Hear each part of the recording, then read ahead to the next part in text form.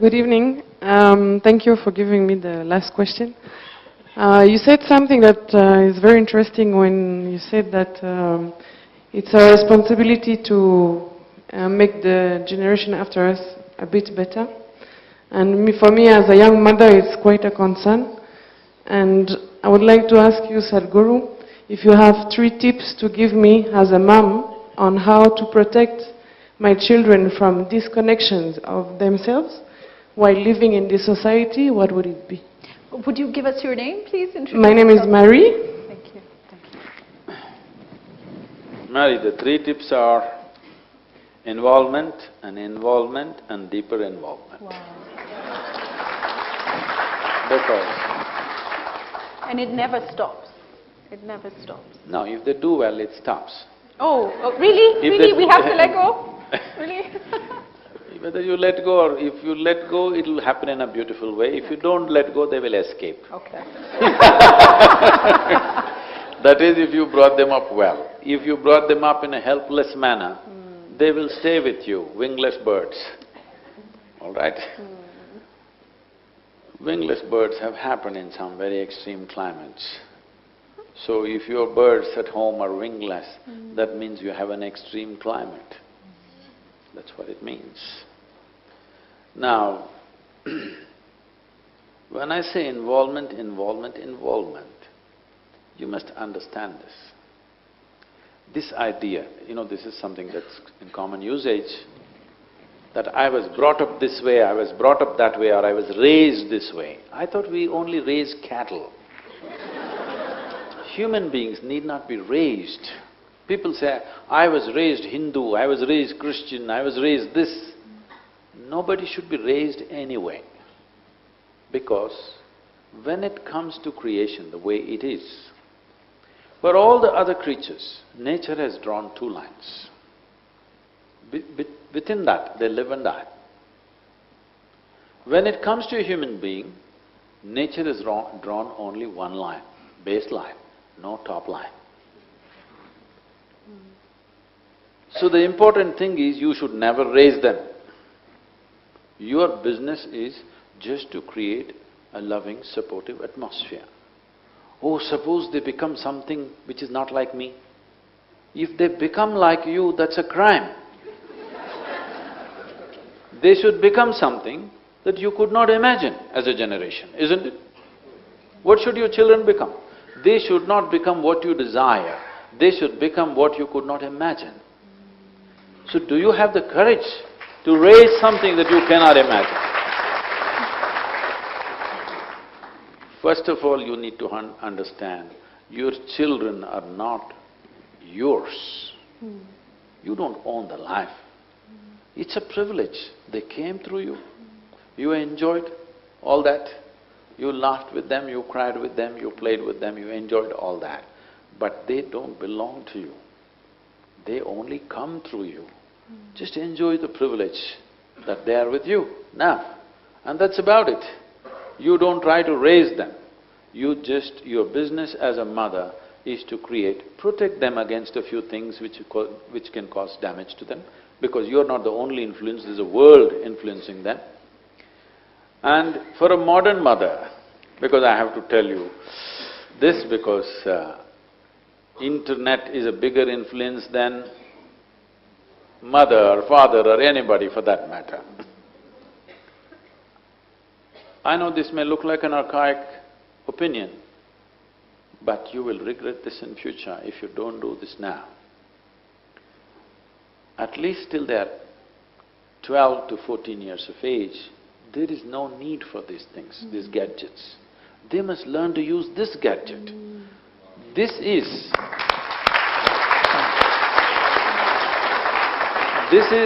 the most sophisticated technology on this planet. This human mechanism, isn't this the highest level of technology in the universe that we know? There may be some alien who's better than us, but we have not seen. But among what we have seen, this is the highest level of technology, isn't it? The only problem with human beings is they have not even bothered to read the user's manual. Now what internet means is, What your school means is, the present level of schooling, what it means is, cram yourself with all kinds of things. You pay attention to everything, you know what is inside a frog, how a frog's liver looks. What are you going to do with this? I'm saying every high school child is cutting open a cockroach and a frog, what for? I'm saying when you bring up children with this level of cruelty, a live frog, you open it up and enjoy his heart beating. What are you made of, I'm asking? You call this science? I call this inhumanity. I call this absolutely senseless way of raising your children. Oh no, we learnt so much. If they've learnt so much, that is enough. Show it on a computer how a heart beats. Where is the need for everybody to open up a live animal nailed to a piece of wood? Almost all of you have done it, right? It was traumatic. Yeah, I was traumatized. No, I'm saying, we call this education, Yeah, a heartless education. What is the point of a heartless education? If you do this kind of education, you will create a heartless society, which you're seeing in so many different ways. We are training children to become brutes. See, if I can nail a frog to this wooden platform, cut him open when he's still alive and screaming, and look at his heart and how it beats, I enjoy it, and I fiddle around with his liver, I'm saying, at another level, why can't I pick one of you and do the same thing? Only because there is a law, I may be stopping, isn't it? Yes or no? That's what it amounts to, isn't it so? Only because there is a law against it, I may be stopping. A law cannot make us human beings. A law can control a few things in the society. This will not shape human consciousness. Because human beings experience themselves in a certain way, we thought of bringing that in the form of law. But law will not make a human being. If you are human, you will naturally be in a certain way. This must come forth. If you want to bring up your children, if they're still below 5, 6 years of age now, the best thing to do is not expose them to all these things, expose them to life. When I say life, there is nature, there is insect, there is animal, there is worm. I'm telling you, these creatures are far more important than you. Tomorrow, if all the insects disappear, you have the entire life on this planet will cease to exist in about 4 to 5 years' time. Do you know this? If all the worms disappear, the entire life on this planet will cease to exist in approximately 18 months to 24 months. When somebody calls you a worm, you must understand they're saying you're a very important life.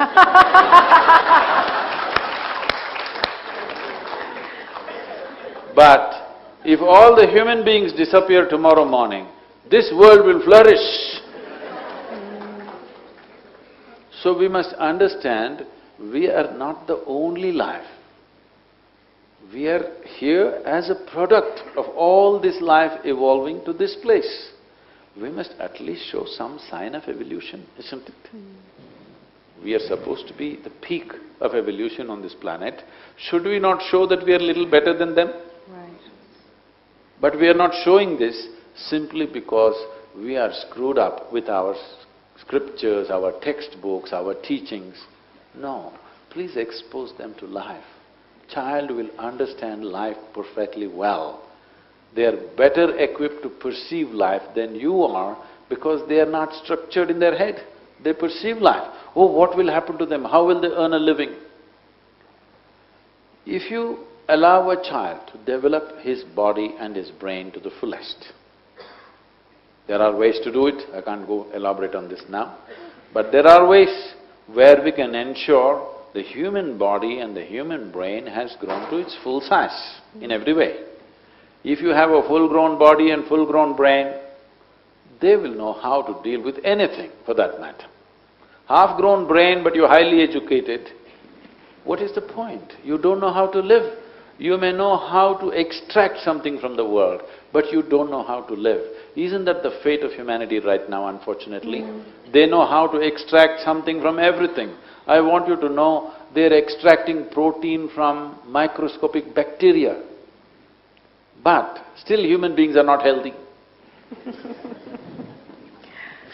So we know how to extract, but we don't know how to live because we are paying attention to everything. We are not paying attention to this. This needs attention. Not in the mirror, not through somebody else, but inwardly, beyond this body, beyond this mind, to know what is the nature of my existence. The more you know about this, the better you can handle it, yes or no? Yes. How far is it? What do I have to do for this? How far it is? Should I book a Himalayan cave for myself or my child? It's gone already. It's already gone, taken. Yes. It's taken, no accommodation. It's taken. It's like this. Someone came looking for Isha Yoga Center in southern India. They came to your local village and asked a boy who was sitting there, "How far is Isha Yoga Center?"